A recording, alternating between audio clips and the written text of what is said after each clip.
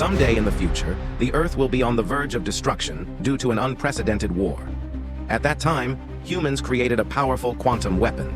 Its destructive power is extremely terrible, even breaking the Earth into pieces. Tens of millions of people died because of it. Due to the nuclear radiation of the quantum weapon, the survivors built the city on wheels so that they could keep moving in the process of searching for resources. In the endless wilderness, the rules of survival became cruel and ruthless. In order to fight for space and resources, humans divided into two factions: mobile cities and solid homes built in places without radiation. The high walls are unbreakable. The two sides see each other as enemies and often have conflicts. However, in London's largest mobile city, Commander Walden is planning a subversive operation. He has been looking for a powerful weapon to break through the solid defense line. London is known as the City of Stones by other survivors. The appearance of this powerful force caused panic in the entire trading market. They started the engine and fled. At the critical moment, the engine of one of the towns broke down. Obviously, they became the first target of the invasion. Seeing the City of Stones getting closer and closer, the town finally ignited the engine and began to move at full speed. However, on this uneven road, their small size has no advantage. On the other hand, the huge City of Stones is as stable as an old dog.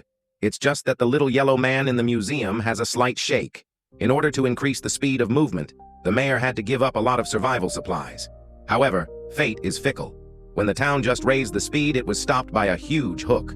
Fortunately, the mayor turned to avoid a side flip in time, but the bumpy road still made the town almost disintegrate. When the time came, the mayor issued an order. As the warehouse door slowly opened, the whole town was in trouble.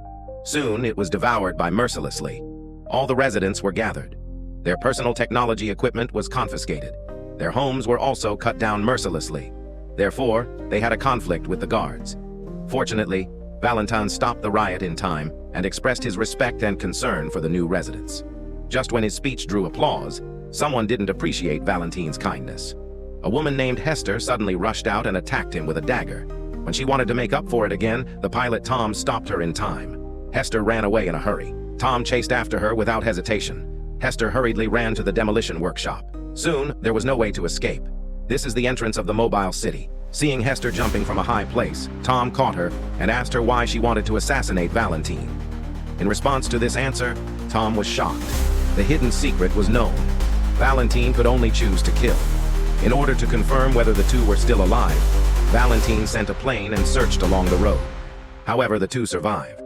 At this time, Hester had the intention to kill Tom.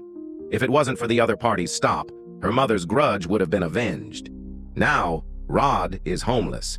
Without food and water, they can't live for a few days. There is a 1,000-year preservation period in front of them. After eating the bread sent by his father-in-law, the food was cut off. Therefore, the two had to look for mobile towns to find a chance to survive. It was getting dark. The lights not far away attracted Tom's attention, but the other party was not kind. In order to avoid arrest, Hester's leg was injured.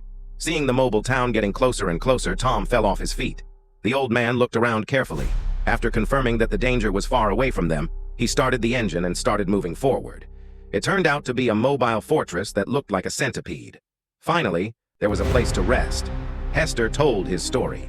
It turned out that his mother was an archaeologist, and his father was Rod, whom he had always wanted to assassinate. However, this family-oriented scumbag approached his mother for another purpose. One day, his mother accidentally got an ancient technological object. After the two saw the logo on it, the atmosphere became tense.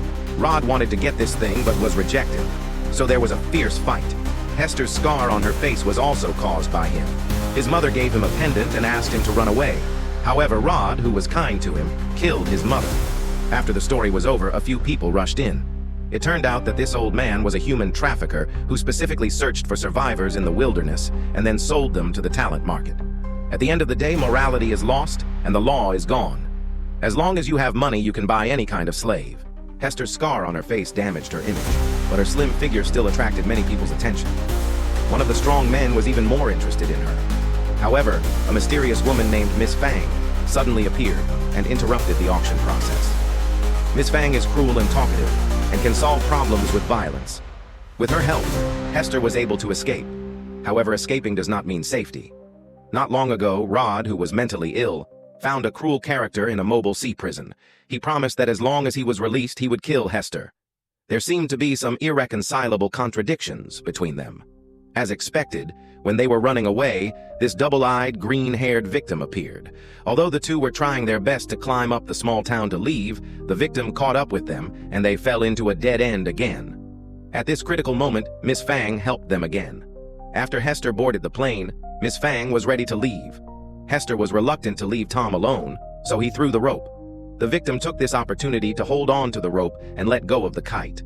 Miss Fang cut the rope as soon as possible, but Hester threw the dagger to Tom. They were able to escape. Looking at Hester, the victim looked at the plane not far away and seemed to have thought of a solution. Miss Fang was a good friend of her mother's, and she was looking for Hester. She knew that a little girl could not survive in this weak and strong world. Until today, Miss Fang finally understood everything. Now Hester had to tell her the relationship with the victim. After her mother died, the victim took her in and fed her and accompanied her to grow up. Gradually, Hester found that the other party was not as terrible as it seemed. The victim was transformed by the man who froze to death. Although he looks like a robot, he still seems to have some memories of his life. The victim realized that Hester was living in the shadow of childhood. In order to help her get rid of painful memories and torture, she made steel bones for Hester and hoped to transform it into a victim like herself. Hester was not against this at first, but when he learned that the city of Valending was approaching, the fire of revenge was ignited again, and he secretly left the victim. However, the assassination was disrupted because of Tom's appearance. After hearing Hester's tragic story, Tom felt deeply guilty, and a strong sense of love came to his mind at the same time. At this time, a huge airport appeared in the sky. It was built by a fixed city. After the aircraft stopped here, Miss Fang led two people to a secret room. Many pilots of fixed cities gathered here. Valending, who got the information that the city was under attack, was assembling a powerful quantum weapon to destroy the high walls of the fixed city. This is a terrible weapon that has destroyed human society. In order to get the controller, Valending killed Hester's mother. Tom had seen the information of this weapon, and once it was activated, it could not be closed. It could only be destroyed by a special key. The situation was urgent. Miss Fang decided to return to the base and let the mayor take measures. However, while they were having a meeting, a spaceship had arrived here. As expected, as soon as they were about to evacuate, Valending appeared again. Valending took out his weapon and fired. However, the bullet could not stop Valending. He had no choice but to take out his weapon and fight back. The fierce battle caused the airport to catch fire. It was only a matter of time before it fell back. The result was irreversible. The man threw a grenade to buy time for Valending to escape. In the midst of the chaos, Hester and Tom came to the aircraft and prepared to escape, but Valending stopped them again. In order to protect Hester, Tom took up an iron rod and wanted to play with the other party. The result was easily seized. Hester knelt on the ground and begged him to let Valending go. At this moment, Valending was emotional. He finally understood that Hester could not escape the beating of secular emotions. Seeing this result, he could only let go of his obsession and withdraw the idea of transforming Hester into Valending. He took out the pendant. This is a relic left by Hester's mother. It is also the only key to closing the quantum weapon.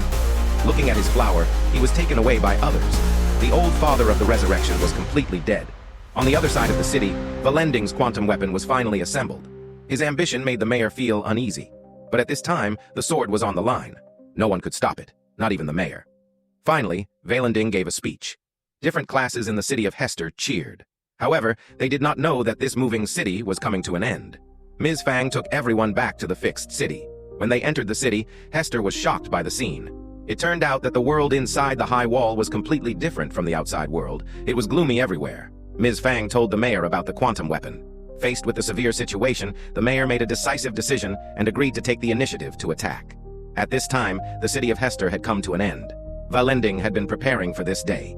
The giant cannon slowly went into the air. As the quantum weapon completed its performance, Valending ordered to press the start button. The shocking destructive force directly hit the thick wall. The vanguard fleet was destroyed on the spot. The original quiet fixed city was instantly turned into a sea of fire. They could not withstand such an attack at all. It would collapse. The situation was critical. Hester took out the key and hoped that Ms. Fang could take her back to the city of Hester. Only she could destroy the quantum weapon. At this time, another wave of energy rolled in. There was not much time left for them. Ms. Fang led the fleet and rushed over regardless of everything. The city of Hester was in a defensive posture. In order to cover Hester, several members of the air defense cannon used airships to attract firepower. After a fierce battle, although many cannons were destroyed, several members were also shot down. Under the cover of the members, Hester and Ms. Fang split up. Ms. Fang used firepower to eliminate the guards nearby. Then she jumped off the ship and quietly touched the control center. Just at the moment when the quantum weapon was about to launch the third attack, Ms. Fang appeared in time and interrupted the launch. But the program has entered automatic mode. It will fire automatically after 60 seconds. Hester took out the key left by his mother and inserted the controller. Finally, at the last moment, he forcibly closed the launch program. It was a pity that Ms. Fang was stabbed by a dagger and then fell into the abyss. Valending, who never changed his nature, was destroyed by the quantum weapon. He didn't care about the safety of the citizens and insisted on using a huge mobile city to crash into the city wall. But he came to the top and wanted to take a flying ship to escape from the sky. However, what surprised him was that his mother gave him a rocket. The airship instantly lost control and crashed directly into the ground. In order to avoid hitting the city wall and protecting the lives of the people on both sides, Tom drove the airship into the city and launched a rocket again. The engine of the mobile city was blown up. Under Tom's extreme operation, the airship safely rushed out. This huge mobile city finally stopped slowly. In the end, the mayor adopted a large-scale approach to accommodate the residents in the city. People began to realize that only unity and cooperation can rebuild the homeland and create a future together on this broken land.